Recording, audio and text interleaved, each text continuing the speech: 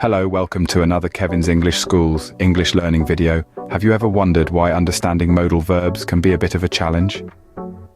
Modal verbs like can, could, may, might, must, shall, should, will, and would are vital cogs in the machinery of the English language.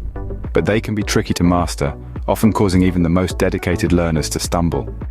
They carry various meanings and applications, making them versatile yet complex.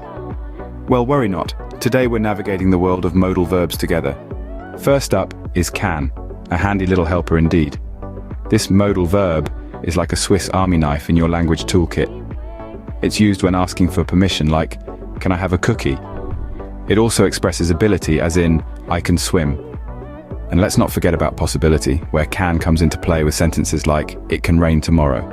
So whether you're seeking approval, showcasing your talents, or speculating about the future, remember, can is your go-to for permissions, abilities, and possibilities. Next we have could, a polite and versatile friend. This modal verb is a workhorse in English. For example, when asking for a favor, could softens the request. "Could you pass the salt, please?" It also suggests possibility. She could be the next big thing in music. And let's not forget its role in expressing past abilities. When I was younger, I could run a mile in 6 minutes. So, for polite requests or to talk about past abilities, could is your friend. Moving on to may and might, the duo of uncertainty. When it comes to expressing probability, may and might are your go-to modal verbs. Picture this. If you say, "It may rain later," you're suggesting that there is a possibility of rain. Switch may with might in the same sentence, and the meaning doesn't change. Yes, might also represents a potential occurrence, but let's not confine these versatile verbs to just probabilities. They also help ask for permission.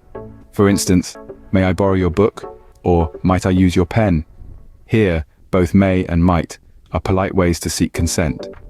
Lastly, did you know that may and might could express a wish or hope? "May you have a prosperous year," or "Might you find what you're seeking," are perfect examples of this. So, when in doubt or expressing a wish, turn to may or might. Now, let's tackle must, shall, and should, the trio of obligation and advice. Must is a modal verb we use to express an obligation or a necessity. For instance, you must wear a helmet when riding a bike. Here, must denotes a strict rule or law that one needs to follow. Moving on to shall.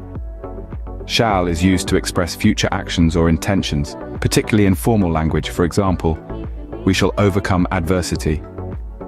In this case, shall indicates a firm intention or determination. Lastly, we have should. Should is used to give advice or suggestions. It's a softer, more polite way of telling someone what you think they ought to do. For instance, "You should eat more fruits and vegetables." Here, should is giving a recommendation for a healthier diet. So, whether you're expressing a rule with must, future intentions with shall, or giving advice with should, these modal verbs are essential for clear and effective communication. For obligations, advice, or strong possibilities, remember must, shall, and should. Finally, we come to will and would, the pair for future and condition. Will is largely employed in expressing future intentions or predictions, while would is used to talk about hypothetical situations or polite requests and invitations. For instance, if you're predicting the weather, you might say, "It will rain tomorrow." Here, will is used to express a future prediction. On the other hand, would is often used when politeness is key. If you're asking someone to pass the salt at a dinner table, instead of a blunt "pass the salt," you could say, "Would you pass the salt, please?"